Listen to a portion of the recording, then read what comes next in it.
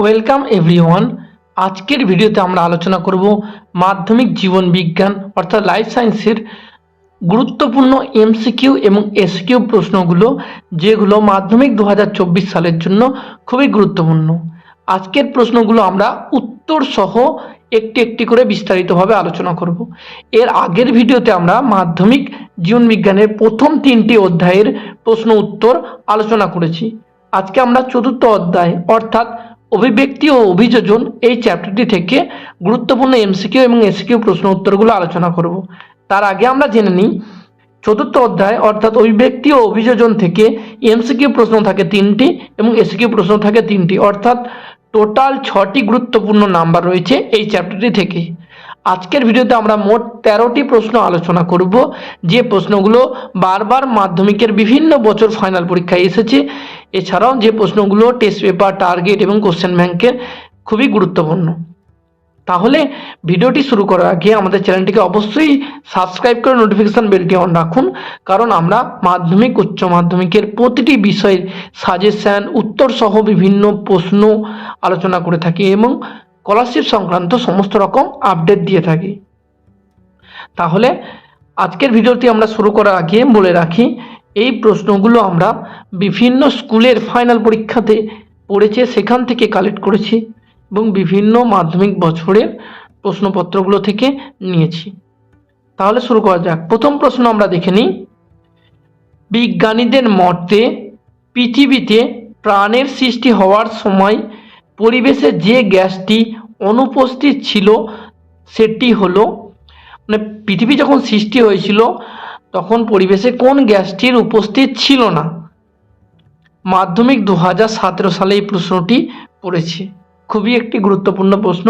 এর সঠিক উত্তর হবে অক্সিজেন, অর্থাৎ O2 গ্যাসটি ছিল না যখন পৃথিবী সৃষ্টি হয়েছিল, প্রাণের সৃষ্টি হয়েছিল পৃথিবীতে। 2 নম্বর প্রশ্ন আমরা দেখি, ইভলিউশন অর্থাৎ অভিব্যক্তি শব্দটি প্রথম প্রবর্তন করেন কে? উত্তরটি হবে হারবার্ট স্পেন্সার।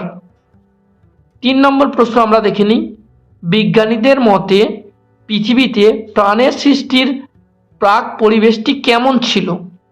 এই প্রশ্নটি মাধ্যমিক 2018 সালে ফাইনালে পড়েছিল।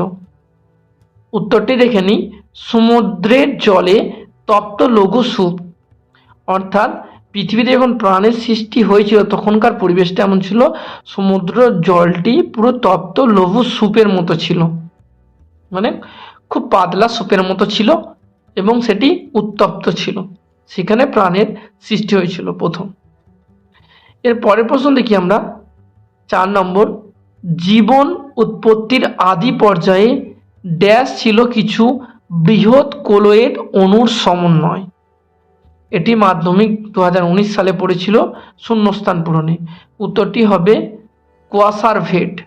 জীবন উৎপত্তির আদি পর্যায়ে কোয়াসারভেট ছিল কিছু বৃহৎ কলয়েড অণুর সমন্বয়, মানে বৃহৎ কলয়েড অণুগুলোর সমন্বয়ে গঠিত হয়েছিল এই কোয়াসারভেট।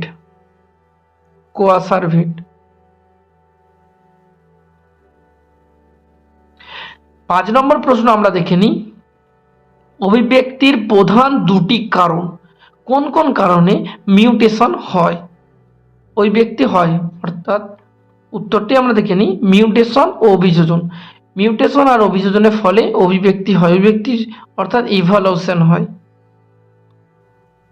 6 নম্বর প্রশ্ন আমরা দেখে নিই, পৃথিবীতে প্রথম প্রাণের বা জীবনের আবির্ভাব কোথায় হয়েছিল? উত্তরটি হবে জলে বা সমুদ্রে। অপশন যদি থাকে জলে তাহলে জলে, সমুদ্র থাকলে সমুদ্রে। এর পরের প্রশ্ন দেখি 7 নম্বর আমরা, এখানে দিয়েছে একই খাদ্যের জন্য অন্তঃপ্রজাতিক সংগ্রাম দেখা যায় কোন কোন প্রাণীর মধ্যে? মাধ্যমিক 2018 সালে এই প্রশ্নটি পড়েছিল। অন্তঃপ্রজাতি মানে নিজের প্রজাতির মধ্যেই সংগ্রাম দেখা যায় একই খাদ্যের জন্য। উত্তরটি হবে পুকুরের মাছেদের মধ্যে।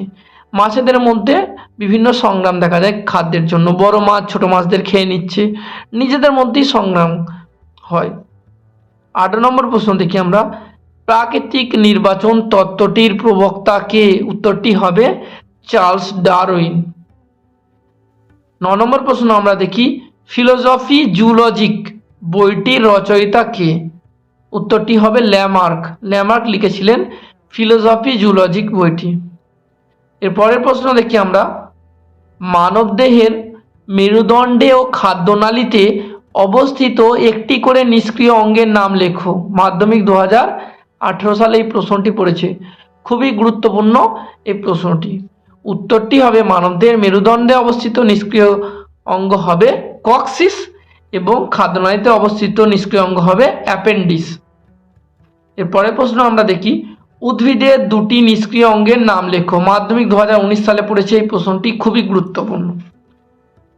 উদ্ভিদের দুটি নিষ্ক্রিয় অঙ্গ হলো ভূনিম্নস্থ কাণ্ডের শল্কপত্র, যেগুলো আদা আর হলুদ গাছের দেখা যায়।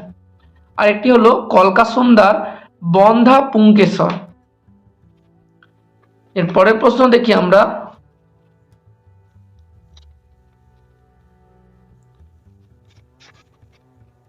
ঘোড়ার পরের প্রশ্ন দেখি আমরা,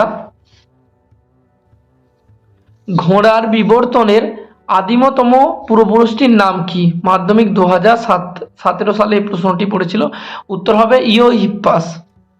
আর 13 নম্বর প্রশ্ন অর্থাৎ লাস্ট প্রশ্নটি আমরা দেখি, বিবর্তনের ফলে সমস্ত অঙ্গের উদ্ভব ঘটে ড্যাশ বিবর্তনের ফলে। উত্তরটি হবে অপসারী বিবর্তনের ফলে সমস্ত অঙ্গের উদ্ভব ঘটে। এটি মাধ্যমিক 2018 সালে পড়েছিল। অর্থাৎ আজকের ভিডিওতে আমরা যে সমস্ত প্রশ্নগুলো পড়লাম, বেশিরভাগ প্রশ্নই বিভিন্ন বছর মাধ্যমিকে রিপিট হয়েছে এই প্রশ্নগুলো।